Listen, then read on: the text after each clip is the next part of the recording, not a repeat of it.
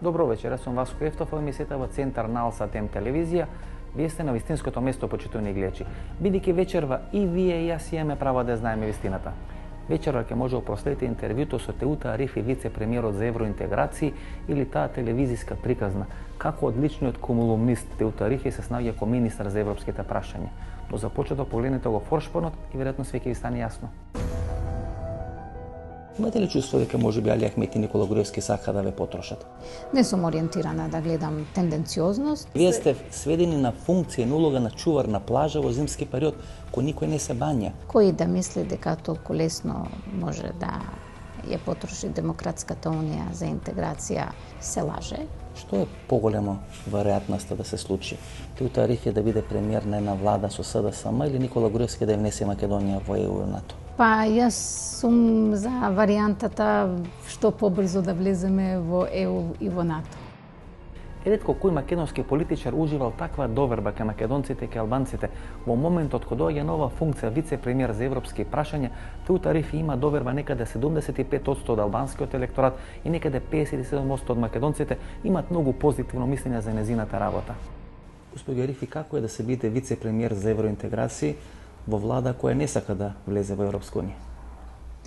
Мислам дека секогаш е голема чест да се биде заменик премиер за европски интеграции и позицијата на министер или заменик премиер за европски интеграции во ниедна влада никогаш не била толку лесна и во однос на евроентузијазмот, каде што има поголем евроентузијазм не е лесно, но мислам дека се носам со тоа. Имам чувство кој во ова влада се биде вице-премиер за евроинтеграција и исто го да се биде министар за море во Македонија која нема море. Да, треба да имате доста идеи, да бидете доста креативен, да бидете инвентивен и така случајно може да испадне дека не да измислите море, ама добро да се однесувате и во такви ситуации да успеете. Зошто прифативте? Вие го знаете Никола Груевски, вие знаете владата, вие знаете ориентацијата на владата. Вие сте човек кој е 20 години во политиката. Веројатно важите за политичар со најголем сенс за политика во ДУИ и прифаќате да бидете дел од една ваква влада. Најпрво, имајќи го предвид фактот дека после изборите, значи беше јасно дека ќе формираме заедничка коалиција и беше јасно дека како политичка партија ќе добиеме секторите кои се однесуваат на евроинтеграциите и на НАТО, значи целиот процес на евроинтеграции, што мислам дека е голем предизвик. И на еден таков предизвик или можете да се однесувате да кажете окей, не сакам да навлезам во тоа затоа што е премногу тешко, понекогаш и невозможно, или да го прифатите предизвикот. Така да јас го прифатив предизвикот како таков и мислам дека треба со тоа да се носи.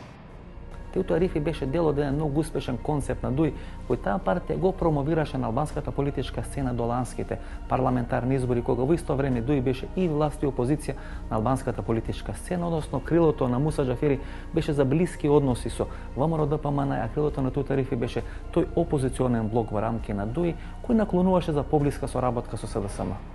57% од македонците на анкетата на Дневник 14 септември 2011 година имаат позитивно мислење за Теута Арифи. 75% од албанците.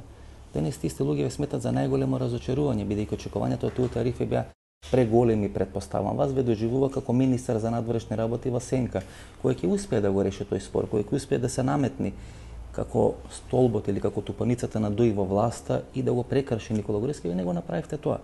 Денес важите за едно најголемите политички разочарувања во оваа влада. Јас сум сосема свесна за високите стандарди кои сум ги поставила, како што и свесна за фактот дека луѓето треба да очекуваат многу, не само од мене, туку од сите политичари. И мислам дека во рамки на овој процес, нормално, заедно, во соработка, ние успеавме да направиме и да отвориме еден нов процес со Европската унија, што мислам дека до пред неколку месеци можеше само да се замисли.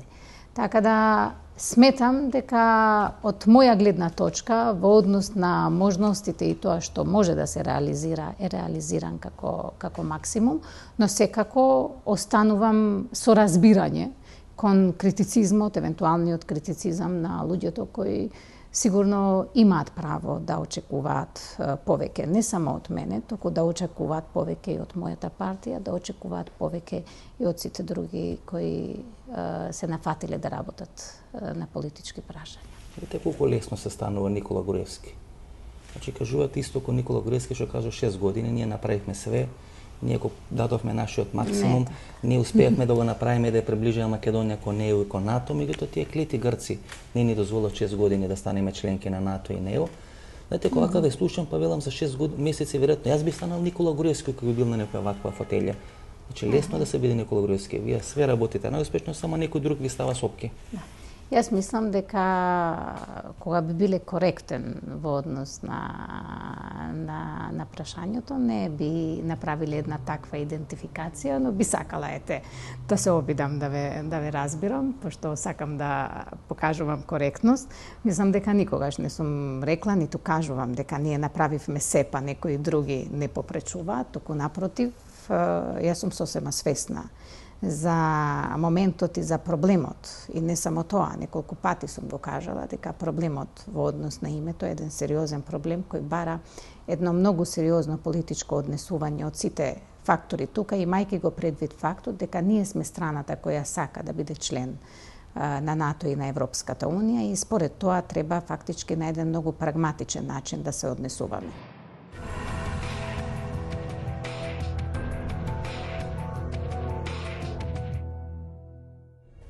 Дали постои концепт кај Никола Груевски, дали постои концепт кај Али Ахмети, на некој начин да ја трошат ТУ тарифи. Во еден временски период ТУ тарифи беше политичар со најголем рейтинг помеѓу албанците и помеѓу македонците на политичката сцена и во еден момент доаѓа во одредена влада која таа многу жестоко ја критикуваше во своите колумни. Дали по сето тоа стои некој концепт и дали е само еден сплет на случајност или може би одредена политичка желба на ТУ тарифи да дојде на оваа позиција, која веројатно во моментот е најкревката позиција во Република Македонија. Како двете доминантни структури во ВМРО и во ДУИ да сака да ја потрошат Арифи? Па мислам дека сега од сегашна перспектива мислам дека идејата на Али Ахмети била многу јасна. Да ја на некој начин да ја замолчи и да го стави да ја стави во таа машинерија каде што ќе биде здробена. Тоа го прави. Не, тоа веќе е направено. Мислам дека сега господјата Арифи може и да излезе од владата, меѓутоа ефектот од тоа нема ништо да смени. А дали од ваква позиција господјата Арифи може да влече луѓе со себе, евентуално ако донесе таква одлука, ја не сум многу сигурен, затоа што во ДУИ зајакнува крилото кое што е не знам дали е бизнис крило, криминално крило, не знам како да ја наречам, крилото кое се грижи за собствените џебови. Ниту има гајле за оние кои што ги избра на тие позиции, ниту им е гајле за Македонија, ниту им е гајле за интеграција. Тоа може да правите УТА Арифи во една ваква ситуација. Сепак, во рамки на ДУИ имаше неколку структури, бизнис крило, командантско крило, интелектуално крило. Мислам дека после Чикаго тоа интелектуално крило, ако не е уништено, тогаш е целосно на маргините фрлено. Па, мислам, ТУ-та едино што може да направи да се поднесе оставка. Очекувате тоа се основни правила на играта. Она смета дека е успешна, дека тоа што она го прави во комуникацијата со Европската Унија, дека тоа нешто многу добро за Република Македонија. Јас од незините настапи последните 2 недели, 3 не добив впечаток дека она размислува за оставка. Значи, добрината се мери по резултатите. Значи, вие може да се шетате со авион, да ги посетите сите центри, да имате одлична комуникација, но тоа да не се ефектуира. Значи, ние конкретни ефекти од тоа немаме. Вие може да се бакнувате, да се сакате таму и да ве фалат, да ве пофалат, да ве висат, да ве дигнат на небо, но немате конкретни резултати. Значи, евроатлантската агенда не само што е мртва, туку таа е вратена. Македонија, значи, сериозно сега се наоѓа во некој друга агенда која е тотално анти-НАТО и анти-Европската Унија, што е копно за нејзе. Затоа што ние мора да знаеме дека главниот столб, коезивен, што ја врзува државата, тоа е евроатлантската агенда. Ако тој столб се урива, значи државата е во голем знак прашалник. 75% од албанците и 57% од македонците има позитивно или исклучително позитивно мислење за Теута Арифи. Денес не е така. Има едно логично објаснување. Јас мислам дека и Теута Арифи пред се како веројатно политичар со најмногу сенс во екипажот на ДУИ, но и другите прваци на таа партија се обидуваат да ја следат логиката на меѓународниот фактор и се обидуваат до крај да ги исцрпат можностите за да го приволат, да го натераат Груевски да прифати компромизимето.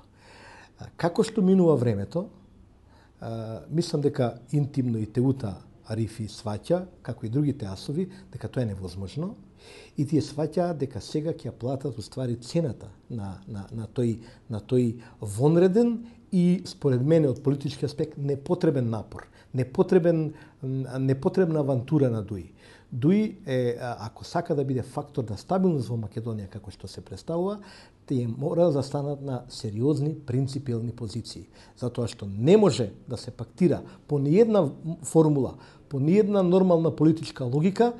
ДУИ, која е прозападна политичка партија, која очекува практично целосна соработка со пред се со нашите стратешки пријатели од американците, дели, да пактира и да биде во влада со партија која се застапува за антизападни стојалишта, тоа е ВМРО ДПМН. Тоа е неодржив брак.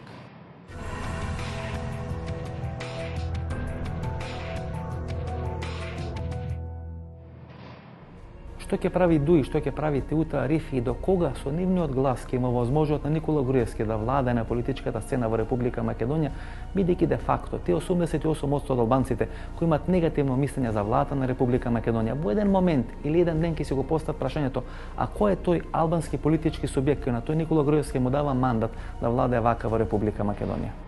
Имате ли чувство дека можеби Али Ахмет и Никола Груевски сака да ве потрошат? Теута Арифи беше човек со највисок рейтинг и ка македонците, ка албанците. Во моментот кога владате во влада, вие сте вистинска политичка звезда на македонската политичка сцена. СДСМ ви нуди да бидете премиер на некоја широка влада. Постоја мноштво на шпекулации дека Теута Арифи е многу блиска до тоа СДСМовско крило во рамки на ДУИ или носител на тоа СДСМовско крило, нели вела дека има две крила, Муса Џафери и Теута Арифи, ве прифаќате. Сите анализи денес говорат дека можеби Али Ахмет и Никола Груевски свесно ве ставија на оваа позиција, сакајќи политички да ве потрошат. Ја не сум ориентирана, например, работите кои евентуално можат да ви се нудат, да ги гледате од аспект на конспиративност, аспект на тој тип на опасност, затоа што мислам дека причините зашто секако председателот на мојата партија би барал да се носам со една таква одговорност, би биле прилично позитивни, а не тенденциозни. Не сум ориентирана да гледам тенденциозност, а секако бев и сум спремна да работам на реализација на европскиот проект и на една агенда. И ако на еден убеден европеец му се нуди да застане начело на европските процеси, без разлика колку се тешки околностите, тоа е чувство на одговорност, тоа да го прифатите, без разлика колку е тоа ризично, тешко, во моменти да изгледа и невозможно, но треба да дадете се од себе и јас тоа го правам. Зошто политичарот Теута Арифи не го послуша колумнистот Теута Арифи, која владата на Никола Груевски ја означуваше како демократура и од одреден критичар на таа демократура денес станува бранител на таа демократура, односно владата на Република Македонија, како што сама ја нарекуваше некаде пред 4 години? Познавате Теута Арифи колумнистот? Мислам дека да. Што мислите, Теута Арифи колумнистот би била задоволна Теута Арифи вице-премиер за евроинтеграциите? Мислам дека Теута Арифи колумнистот би била сигурно прилично така остра и директна и со високи барања од страна на Теута Арифи вице-премиерот. Значи Зошто не ја слушавте Теута Арифи колумнистот? Ја мислам дека ја слушам. Јули месец 2008 година Теута Арифи колумнистот ја пишува колумната Демократура.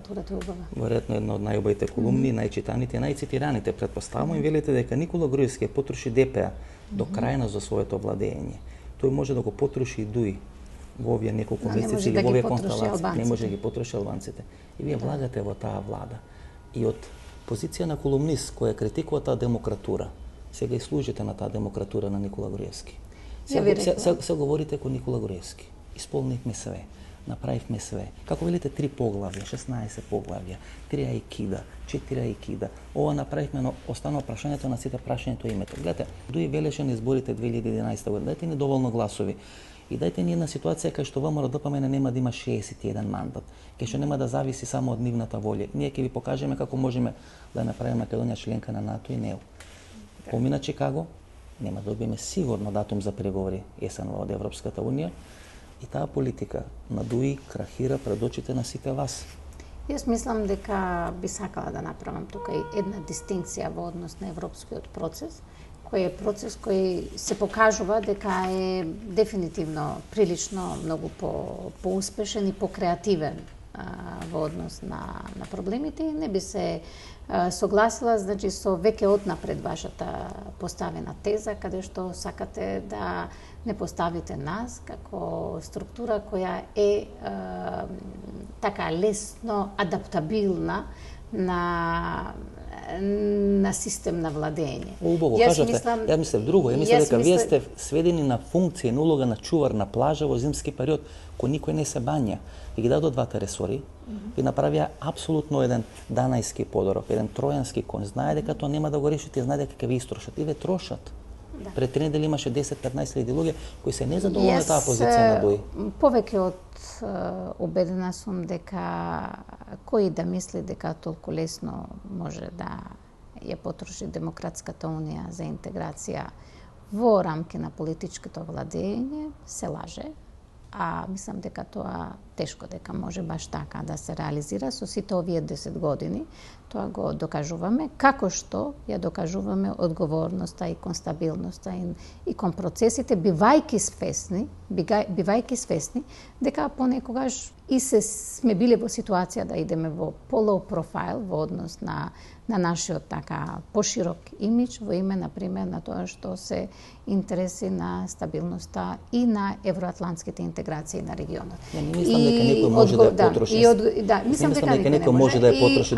И не само тоа. Освен самата Дуи, знаете. Јас имам чувство дека сега за прв пат се соочувате кога самата Дуи ја троши незината субстанца, ја троши незината позиција во јавноста, потроши на крајот на криштата името на партија Демократска унија за интеграција, веќе мора или да го менувате името или да менувате владата.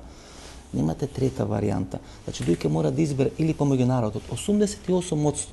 88% од албанците велат дека ова влада ја води државата во погрешна насока. Тоа е фрапантна бројка, знаете. Вие сте човек кој има изразит политички сенс. И вие тоа го гледате. Да, јас мислам дека Демократската унија за интеграција е апсолутно свесна за ризикот. Овој ризик не е превземен без онака свесна проценка наша во однос на превземање на чекори и превземање на одговорност и мислиме сериозно да се носиме со таа одговорност. Додека евентуално, ако дојдеме до линијата кога би процениле заеднички дека на вистина во рамките на таа одговорност имаме многу сериозни проблеми, секако дека ние ќе се го тоа продискутираме во наши рамки со нашите структури, за да евентуално видиме за чекорите понатаму. Но не овој чекор, например, од страна на Дуи во однос на водењето на евроатлантските процеси не е превземен без одговорност, а најмалку е превземен од тоа дека некој случајно ни дал некој тројански коен, тој е толку голем што ние не сме го виделе. Вие бевте идеален. Не подсетнувајте толку. Па може би ве подсетнувам, меѓутоа знаете, јас дури сум помалку и зачуден од позицијата на Дуи, од немокта на Дуи да се спротистави на одредена погубна политика која се води во рамки на Република Македонија. Може би ве признам, премногу сум очекувал од Дуи. Може би тука е мојата грешка, може би тука е грешката на целата македонска јавност, но ако се вратам на вас, знаете, вие игравте перфектно таа улога што играше Дуи во рамки на власта, кога Дуи едноставно беше и власт и опозиција. Кога крилото на Муса Џафери беше дел кој се залагаше за власта, крилото на Туте Рифи беше крило кое беше опозиција во рамки на власт. И тоа беше перфектно, се докато сите тие крила не станаа дел од власта. Одеднаш Дуи веќе не го пополнува целиот тој процес. Остави еден дел огромен од целиот тој процес да го пополнува улицата. Тоа ви се случи пред 3 недели. 10 до 15 луѓе во Скопје не може да извади ни мендухтачи. Значи, он нема капацитет тоа да го направи. Не можат ни овие исламски структури да го направат. Тие 10 до 15 луѓе се луѓето кои донесоа победата во Скопје. Тоа се луѓе кои се дел од ДУИ, а се незадоволни од ДУИ. Тотално е делегитимирано скопското крило на ДУИ после тие протести. И вие сте свесни за тоа. Стравот кај ДУИ, предпоставам дека може да оди во токму тој правец. Јас мислам дека ние со особена сериозност фактички се однесувавме и во однос на следењето, на анализата во ситуација кога луѓето ќе ви се појават на протести, да не бидат 5.000 и да бидат 500 луѓето е вредно за да го тоа размислите зошто се нашле на протест, зошто се нашле на улица, кои биле причините, значи има повеќе елементи кои вредни се за анализа и не дека ние се однесуваме индиферентно кон целиот тој процес, туку напротив го следиме со едно големо внимание. Мислам дека е многу значајно да ние продолжиме да ги искажеме нашите потенцијали што ги имаме како партија во рамки на евроатлантските идеи и процеси. Мислам дека тоа нема да биде без ефект за сите граѓани. Вие залечувате на ВМРО. Наместо да се дуизира... гледам, тоа ви е тезата. И кога ќе ја правите емисијата, кога ќе почнете, ќе кажете дека заличуваме... Вие слушнате ли изјавата на Бујар Османи? Вие сте надвор, веројатно, државата. Бујар Османи минатата недела почна да ги напаѓа албанските аналитичари кои не размислуваат кога ДУИ дека се под контрола на СДСМ. Знаете, тоа не е својствено за ДУИ. ДУИ секогаш мене ми асоцираше на партија со висок степен на демократија, што е зачудувачки за една партија која настанала на темелите или на брниците на таа 2001 година. ДУИ пак ужаше исклучително висок степен на демократија. Значи, моето искуство со ДУИ изминатите 6-7 години го покажа токму тоа. Ниту едно интервју одбиено, секогаш на време направено, секогаш излезено во престрит и така натаму. Ова не личи на ДУИ. Морам да ви признам, како некој од ВМРО вирус да ви стајал во ДУИ. Излага Бујар Османи и вели, тие се луѓе блиски на СДСМ, може да каже, тие се плателици на СДСМ. Тоа ДУИ не е она ДУИ што јас го познавам. Пристапот кој го имаме како партија во однос на прашањата останува да биде отворен. Најмалку, мислам дека во ситуации кога се појавуваат различни револти, најмалку има простор да стигматизирате нечии размислувања како блиски до едните или до другите. И тоа го кажувам со големо убедување, затоа што на крајот на крајностите и јас лично сакам да ги искажам своите размислувања кои се мои и не сакам никој да ми ги етикетира дека се блиски или некој друг ми ги кажува, како што не сакам да ми кажете ниту вие дека, не знам, заличувам на еден или на друг. Барем оригиналноста за сите овие години вие можете да си ја процените и ја цените.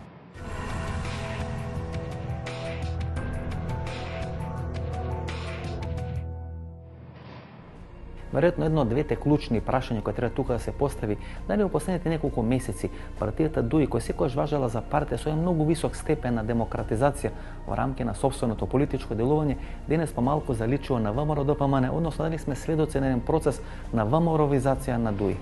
Господине Талевски, што може да прави ДУИ во конкретнава ситуација? Излегува со многу сериозни обвинувања на адреса на албанските аналитичари, ги обвинува дека се блиски до СДСМ. Што може ДУИ да прави во целава ситуација? Па ДУИ треба подобро да размисли за целите што сака да ги оствари, за својата стратегија.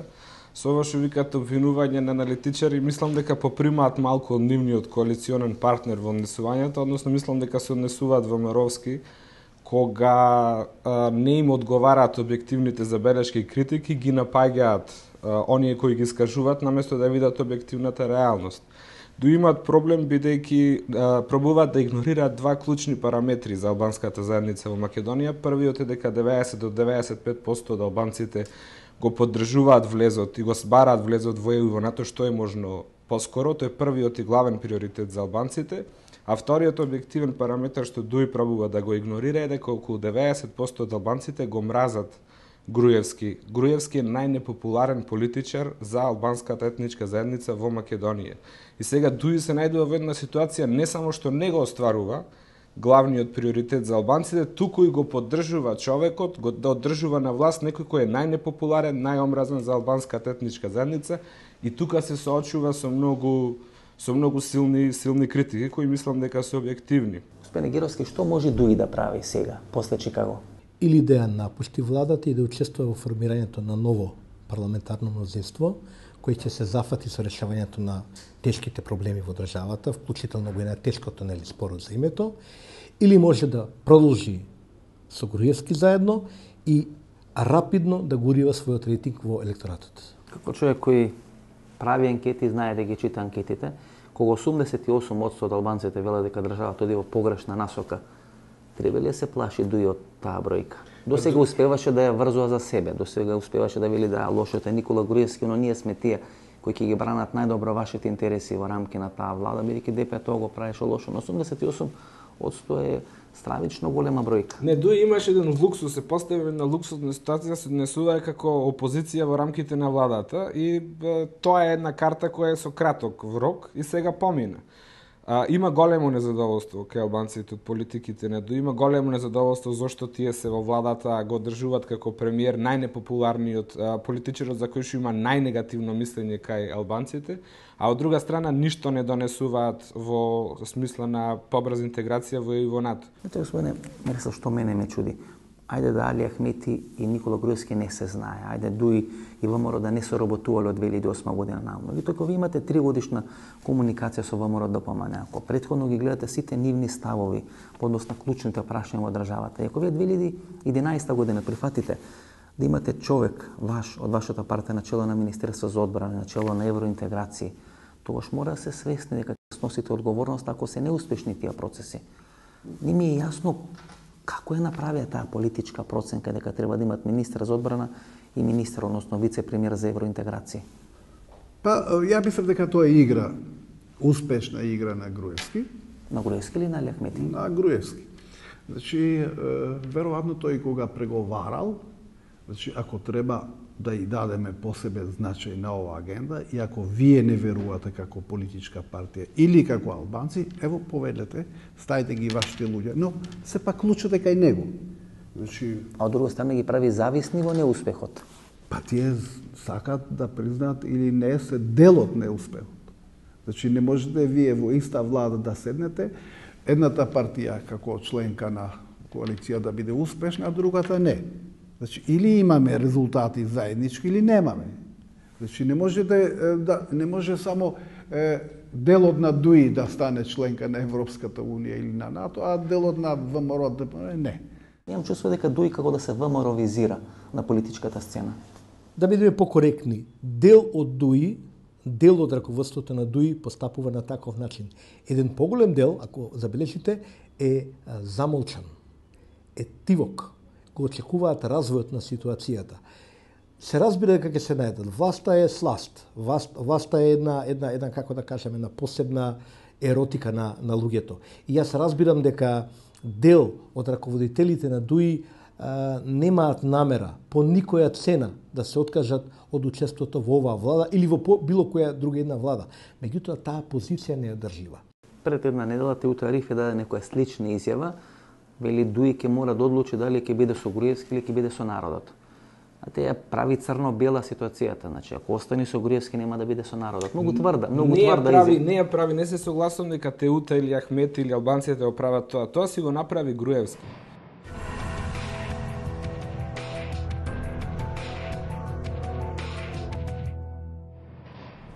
Луѓето што ја познаваат Теута Арифи велат дека нејзина животна желба била да биде министер за надворешни работи. Пред 2 недели таа доби понуда или покана од СДСМ да биде премиер на идна широка македонска влада. Што за тоа смета Теута Арифи? Имавте голема желба да бидете министер за надворешни работи. Ова е нешто слично на тоа. Имате ли желба да бидете премиер на една нова влада? Имаше такви спекулации пред 2 или 3 недели дека Теута Арифи е прифатливо решение за СДСМ да биде премиер на новата влада која ќе се формира во Република Македонија, ако не сега, тогаш во некој нареден период. Па, да ви кажам, јас ги Убаво звучи премиер, нели? Тоа не е за отфрлање, предпоставувам. Убаво звучи, ама многу е тешко. Така да сакам да кажам дека за овие 10 години во политиката, например, каде што партијата од тие 10 години 8 била на власт, например, никогаш не сум била од тие кои ги бркале или бркале функции, мислам дека по тоа сум многу позната. Или сум се нафатила со работи кои секогаш биле многу тешки за да се нафати некој друг, затоа што биле претешки, прекомплексни, прекомплицирани и така. Што е поголемо веројатноста да се случи? Теута Арифи да биде премиер на една влада со СДСМ или Никола Груевски да ја внесе Македонија во ЕУ и НАТО? Па јас сум за варијантата што побрзо да влеземе во ЕУ и во НАТО. Останете со нас после рекламите, последите вториот дел на нашата вечерашна емисија на тема Теута Арифи, интервју со неа и што политичките аналитичари сметаат за работењето на Теута Арифи.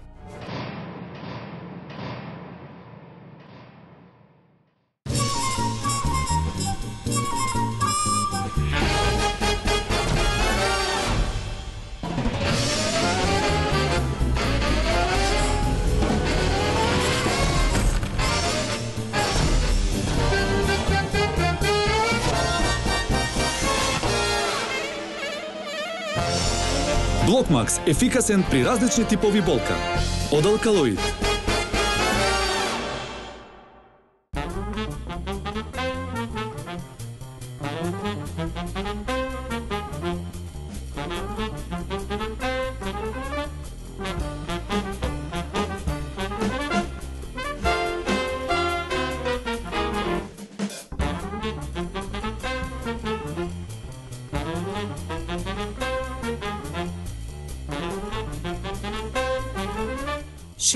години трговијата е нашиот занает.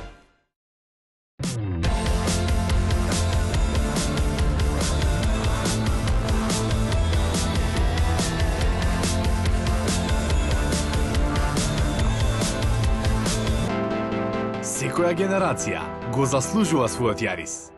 Новиот Јарис од Тојота.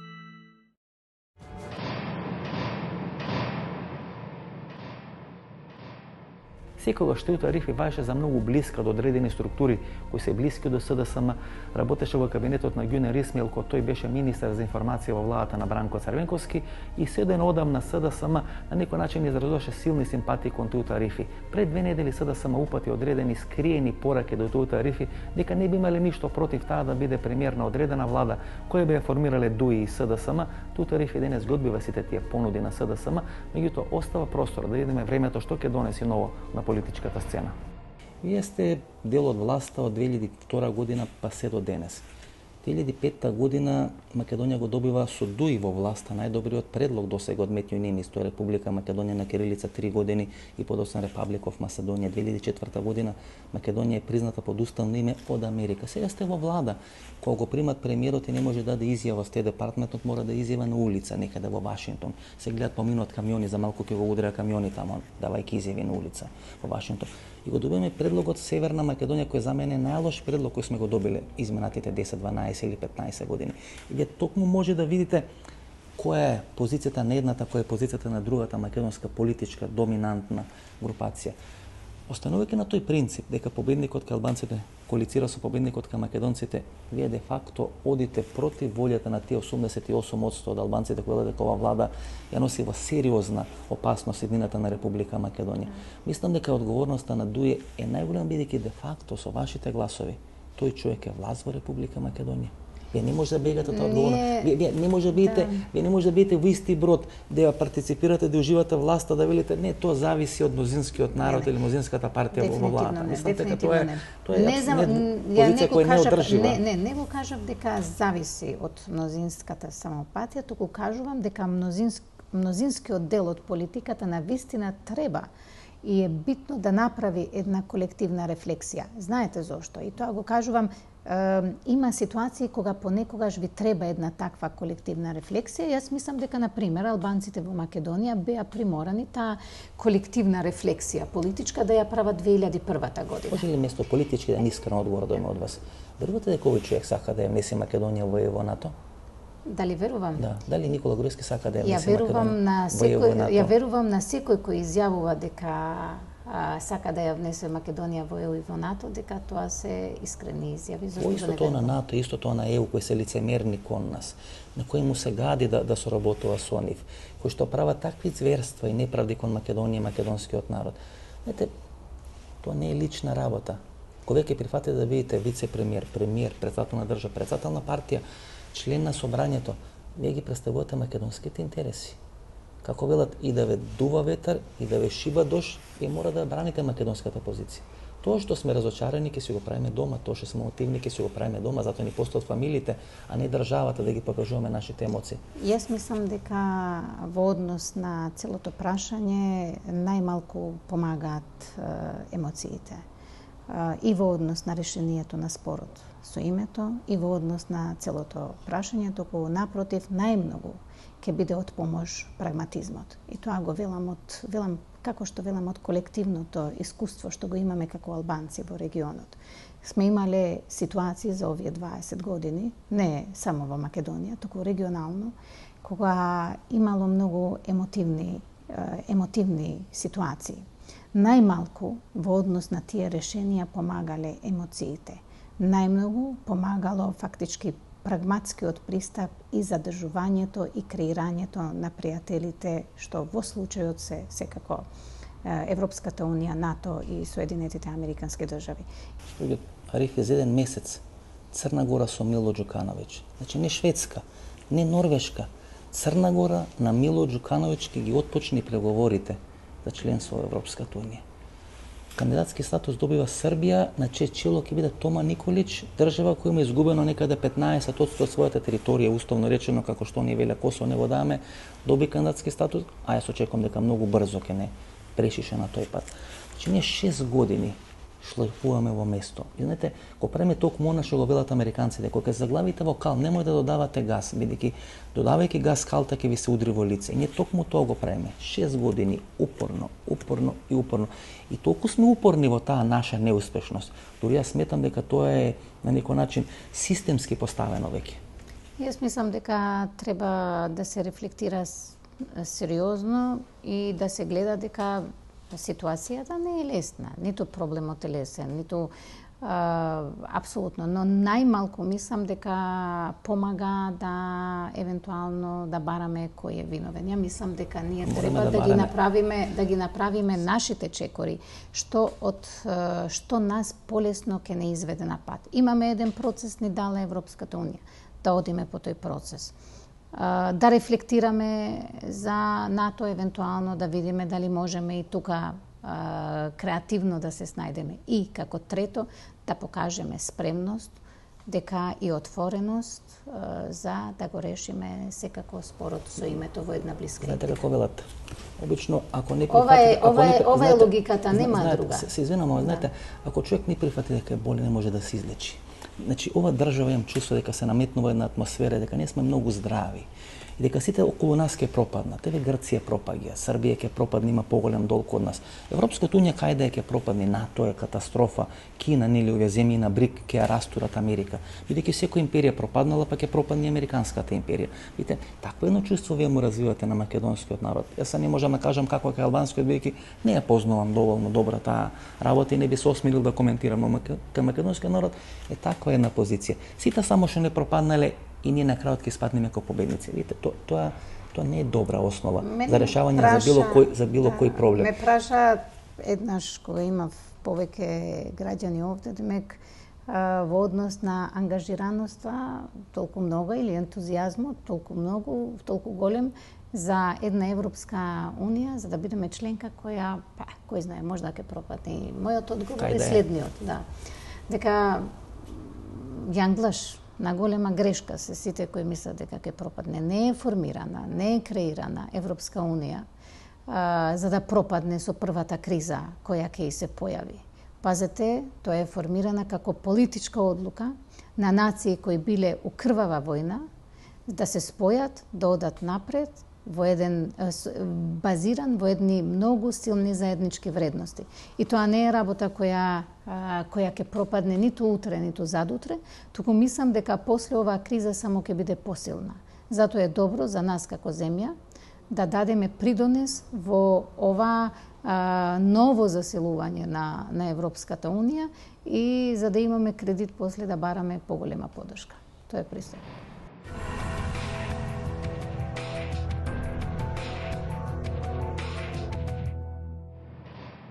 до кога Дуи ќе може да издржи во власта и до кога Дуи ќе може пресметано да ги толерира сите овие гахови во политиката на Никола Груевски и на ВМРО ДПМН. Што очекувате во албанскиот дел? Дали може се јави нов албански политички субјект? Па мислам дека во албанскиот блок се создадени сите услови да се појави нова политичка партија која што ќе понуди нешто ново, затоа што со протестите во Скопје практично се случи делегитимизација на Дуи. И веќе, ако се има предвид дека Дуи разликата со ДПА на избори ја направи токму во Скопје и Куманово, ја мислам дека на следните избори Дуи лошо ќе помине, затоа што во Тетово изгуби, во Гостивар исто така, во Кичево уште држат и во Струга. Ако во Скопје и Куманово Дуи губи тлото, мислам дека на следните избори мислам дека ги очекува пораз. Она што мене ме плаши е дека во албанскиот блок се создадени услови за појавување на сцена на порадикални политички партии кои што ќе застапуваат радикални решенија. Ако земете вие да ги анализирате состојбите од 90-та навака, имаш ПДП, па се јавува ДПА порадикална, после ДПА се јавува Дуи. Мене ме плаши дека лавиринтот во кој сме влезени како општество, мислам дека една радикална политика продуцира друга радикална опција и ја не знам дали таа опција ќе биде заснована на етничка или верска основа. Во секој случај Македонија очекуваат сериозни предизвици. Луѓето што ги знаат албанските политички прилики велат дека де факто тие изневерени играчи, крупни играчи на Дуи, кои му донеса победата на Дуи на изборите 2011 година, посебно мислам на Скопје, тоа се дел на овие оџи, дел на тој верски фактор. Дел од ова бизнис крило скопско кое беше блиско од Али Ахмети, де факто стои за тие протести кои се случија пред 3 недели на скопските улици и дека всушност тоа раслојување во рамки на Дуи го најавува можеби некој ново процветување на нов политички субјект. Вела дека тие луѓе биле многу повеќе битни за победата на Дуи отколку што ние претпоставуваме како македонски аналитичари. Значи, јас сум сосема свесен и ми е познат фактот дека ДПА на Мендух Тачи нема капацитет да собера толкова маса луѓе во Скопје. Можеби тоа би можело да се случи во Тетово, но не во Скопје. Така наречените верски радикали, фанатици и така натаму се група од можеби неколку стотини луѓе.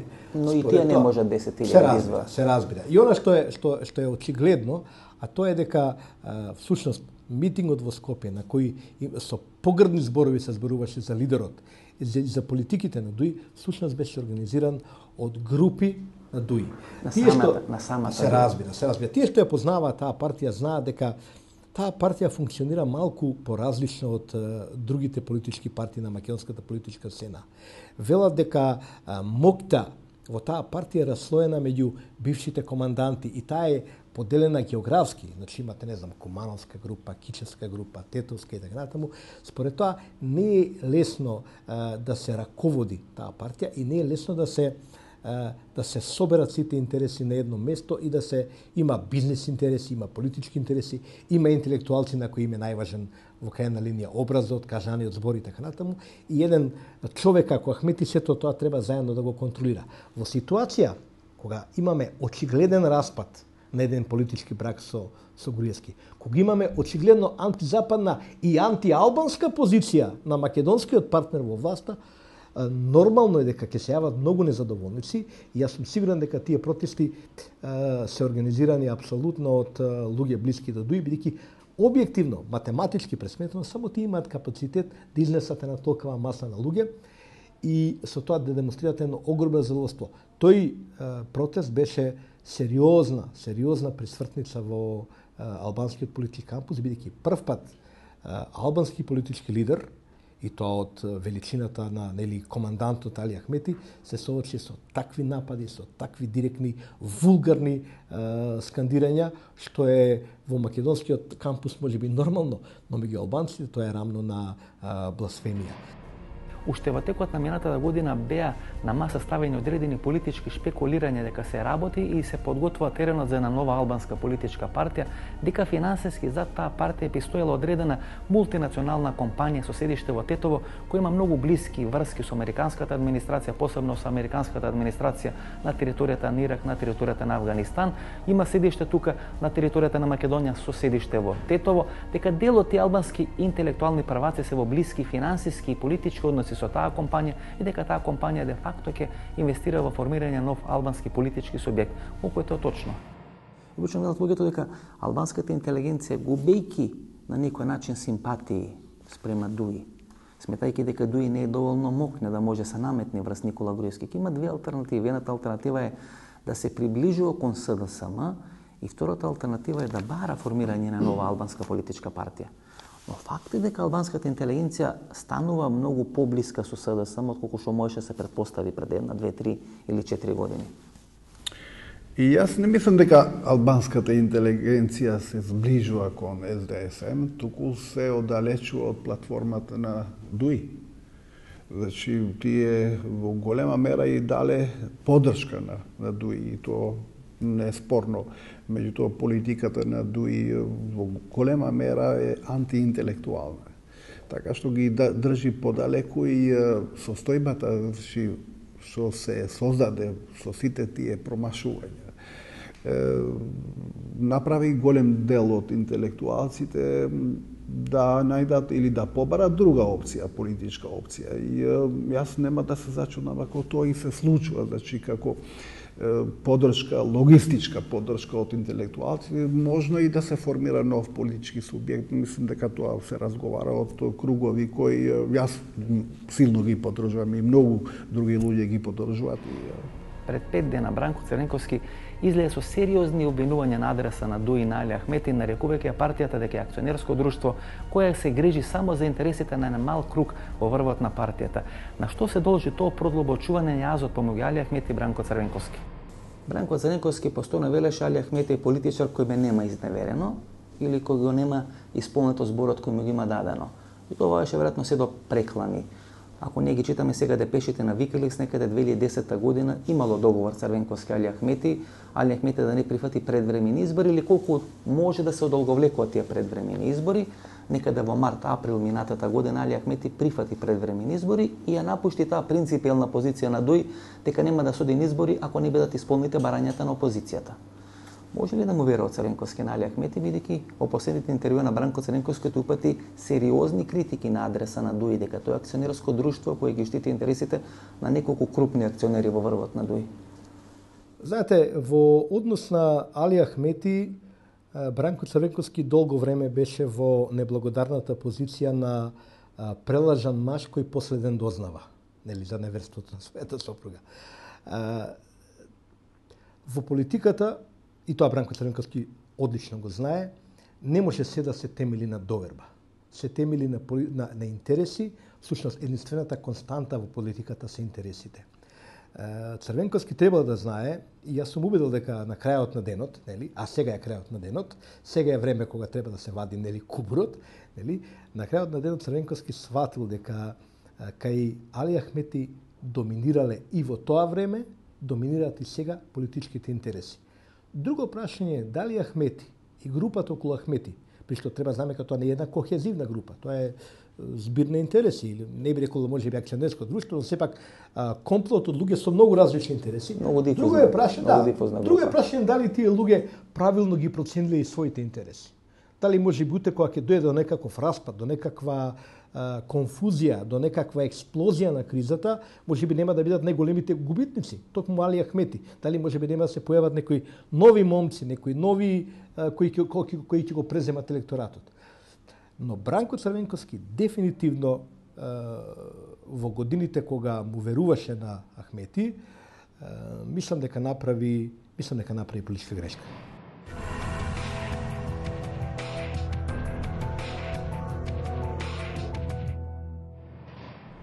очекувањата од Теута Арифи биле секојаш преголеми, секојаш важела за политичар во врвот на Дуј со највисок сенс за политичките комбинаторики и за одредени политички анализи. Затоа тука се поставува прашањето до кога Теута Арифи ќе може да издржи на ваква позиција во владата на Република Македонија, кога својата работа де факто ќе ја судрува со одредена антиевропска агенда на владата на Никола Груевски. Теута е многу интелигентна и таа верувам дека е свесна дека направи голема диспропорција меѓу кажаното и право. Се спомнуваше како можен премиер на некоја широка влада. Значи, некаде 57% од македонците го поздравија незиното влегување во владата. Има позитивно мислење, 75% од албанците. Ретко кој политичар од едната или другата заедница има таква добра поддршка кај двете заедници. Теута Арифи тоа го имаше. Дори беше многу милена во редовите на СДСМ, многу милена во редовите на опозицијата. Коректно прифаќање од страна на ВМРО ДПМН и апсолутно милена кај албанците. Знаете што? Во политиката граѓаните или гласачите, ако сакат, две работи не опростуват. Значи, тие знаат да опростуват и некоја многу голема грешка, ако излегувате пред нив и ќе се извините дека не сте со сега да направите грешка. Но ако гледате дека не сте конзистентни или понајмалку лицемерни, значи, тогаш автоматски ќе ве делегитимират и веќе од една позиција, значи на голема поддршка ќе видите дека немате никаква поддршка. Пред една недела Царенковски излезе со серија на тешки критики на адреса на Дуи. Ја нарече партијата дека е акционерско друштво кое не се грижи за албанскиот народ, туку се грижи само на мала група од врвот на партијата. Се заоструваат тие односи помеѓу Али Ахмети и Бранко Црвенковски. Бранко Црвенковски се донеодамна велеше дека Али Ахмети е политичар кој никош го нема излажено. Кога читаме тие белешки на Викиликс некаде есента 2010 година, имало некој джентлменски договор помеѓу Ахмети и Црвенковски да се пролонгираат предвремените избори. 4 или 5 месеци после тоа, пролета 2011 година, Ахмети го прифати ставот на ВМРО, отиде на избори, иако не беа исполнети за прв пат во македонската историја барањата на опозицијата за афери за демократски избори. Тој јас, помеѓу Црвенковски и Ахмети, на некој начин се продлабочува. Што може да прави Дуј во таква една констелација? Ке се пикате повеќе во прегратките на ВМРО ДПМН или ке се обидете да најдете нека нова политичка формула како да излезете од таа ситуација и како Македонија да има ефект од таа ситуација? Јас мислам дека како партија повеќе од сигурна сум дека максимално ќе работиме, не е тоа секогаш лесно, ќе работиме максимално да си ја сачуваме својата автономност и автохтоност. Ким Мехмети вели, ВМРО не може толку да ја понижува Дуј, колку што Дуј може да издржи. Значи, евентуално, квалитативно би разговарале, доколку би имало сериозни аргументи во однос на стабилноста, но Демократската унија за интеграција во моментот не размислува, значи да го смени тој принцип на две мнозинства кои формираат влада. Знаете, кога бродот тоне, велат битни две работи, битни се два процеси, кога тоне еден брод. Дали прерано или предоцна ќе скокнете. Ако скокнете прерано, бродот ќе ве прегази. Ако скокнете предоцна, ќе потонете со бродот. Кога гледате кој брод на владата, наречен Република Македонија, тоне, кога државата се наоѓа во една многу тешка ситуација, тогаш прашање на Дуј, меѓутоа многу повеќе прашање на Теута Арифи што да прави. Дали ќе скокне прерано и ќе биде прегазан или ќе потони заедно со бродот. Што размислувате вие? Дали Теута Арифи размислува да го напушти овој брод кој де факто не ја носи Македонија таму кај што посакуваат граѓаните на Република Македонија? Да, јас мислам дека одговорноста која сум ја превзела, не сум ја превзела како одговорност за да не ја реализирам, току да ја реализирам во рамки на тој европски процес. Така да, мислам сепак дека најбитно е да успееме во процесот на, јас како ги викам, неформалните преговори со Европската унија. Верувајте ми, ефектот, може би во моментот сега не можеме да го гледаме, но како ефект ќе биде многу видлив во една ситуација кога навистина тој процес ќе се отвори формално, а не можеме да бегаме од реалноста дека тие процеси не можат да ја заобиколат за секогаш и Република Македонија. Тука некаде е крајот на нашата вечерашна емисија. Останете со нас, се враќаме за неколку минути да одјавиме емисијата.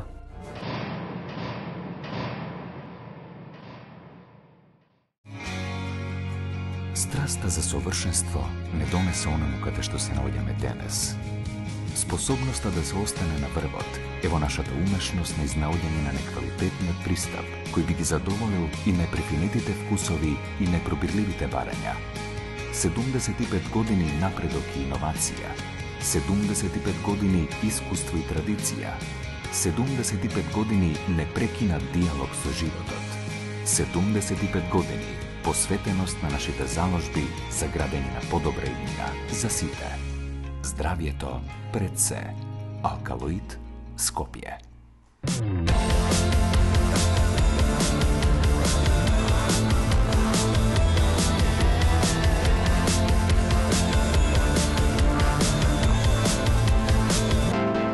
Секоја генерација го заслужува својот Јарис. Новиот Јарис од Toyota.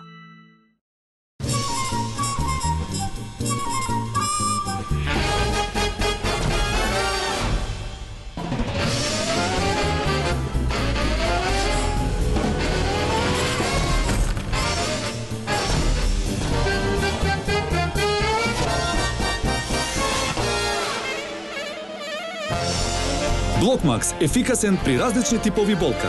Од Алкалоид.